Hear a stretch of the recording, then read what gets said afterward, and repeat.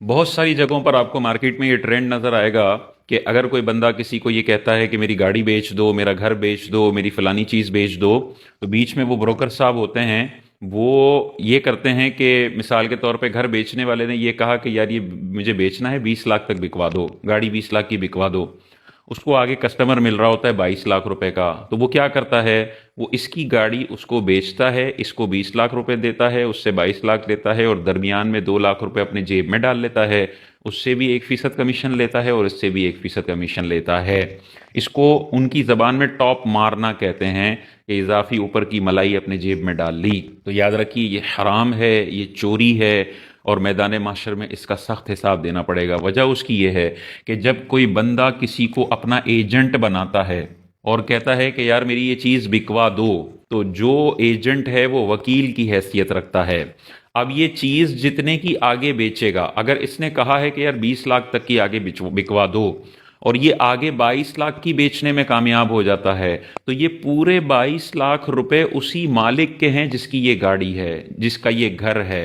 क्योंकि ये जो एजेंट है ये मालिक के बिहाफ पे काम कर रहा है, उसी के बिहाफ पे सौदा कर रहा है। तो मालिक के बिहाफ पे अगर एजेंट सौदा कर रहा है तो जितने का सौदा होगा वो पूरी रकम असल मालिक को देना जरूरी है, क्योंकि ये घर के बदले मिली है, ये गाड़ी के बदले मिली है। इसमें अगर वो डंडी मारता है कि यार उसने तो 20 बोला था, मैंने अपनी चर्ब जबानी के जरिए 22 में सौदा किया है, तो ऊपर के 2 लाख जो है वो मेरा हक है। भाई हक नहीं है, चोरी है, क्योंकि आप वकील हैं।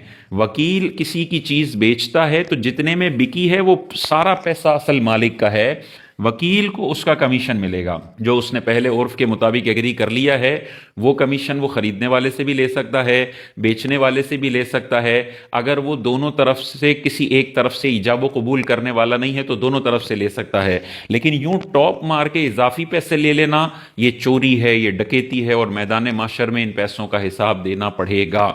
तो अगर माजी में इस तरह के किसी ने कोई सौदे कर लिए हैं तो वो असल मालिकान से रब्ता करे कि भाई आपकी गाड़ी बेची थी, 50,000 ऊपर में बिकी थी, बकिया 50 मैंने जेब में डाल लिए थे।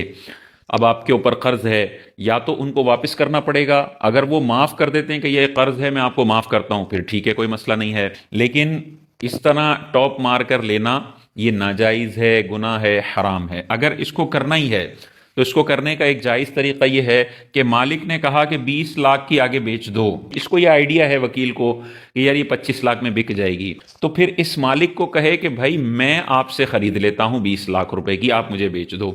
उसको तो वैसे ही 20 में बेचनी थी। अगर ये मालिक राजी हो जाता है और इसको सेल कर देता है तो अब ये वकील ना रहा, अब ये मालिक बन गया। पहले वो मालिक था, इसके बिहाफ पे ये एजेंट सौदे कर रहा था। अब अगर इसने 20 लाख की खुद अपने बिहाफ पे अपने लिए खरीद ली, ये नहीं बोलेगा कि मैं आपके बिहाफ पे बेच रहा हूं, फिर तो यही वाला मामला आ जाएगा कि टॉप नहीं रख सकता।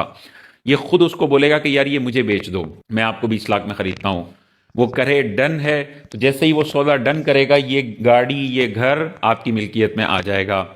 अब आप इसको कब्जा भी कर लें, अपना किसी को वकील बना दें, वो उस जगह पर कब्जा कर ले, चीज पर कब्जा कर ले, और फिर आगे आप अपने कस्टमर को इसको 25 लाख का बेचते हैं तो अब 25 लाख इससे ले लें, 20 इसको दे दें, 5 लाख आपका मुनाफा है। लेकिन अब आपको कोई कमीशन वगैरह नहीं मिलेगा, क्योंकि अब आप ना उसके इसके तो आप एजेंट हैं ही नहीं, इसके तो आप वकील हैं ही नहीं, तो वकील आप हैं नहीं और इसके भी आप वकील नहीं हैं। दोनों तरफ से आप बायर और सेलर हैं, और बायर और सेलर सामने वाले बंदे से कमीशन नहीं ले सकता है। तो या तो आपको टॉप मारना है तो उससे वो चीज खरीद लें, अपने नाम पे कब्जा कर लें, फिर आगे बेच दें, दरमियान की जो ऊपर की मलाई है वो आप ले सकते हैं। लेकिन इस सूरत में ना उससे कमीशन ले सकते हैं ना उससे, हराम हो जाएगा, मना हो जाएगा। और अगर आपको कमीशन वाला कारोबार करना है तो फिर टॉप नहीं मार सकते, इसके भी वकील हैं, इसके भी वकील हैं, दोनों तरफ से कमीशन आप ले सकते हैं। लेकिन इन दोनों में से किसी एक की तरफ से आप पार्टी ना हो। जब सौदा डन हो रहा हो तो दोनों तरफ से बंदे होने चाहिए।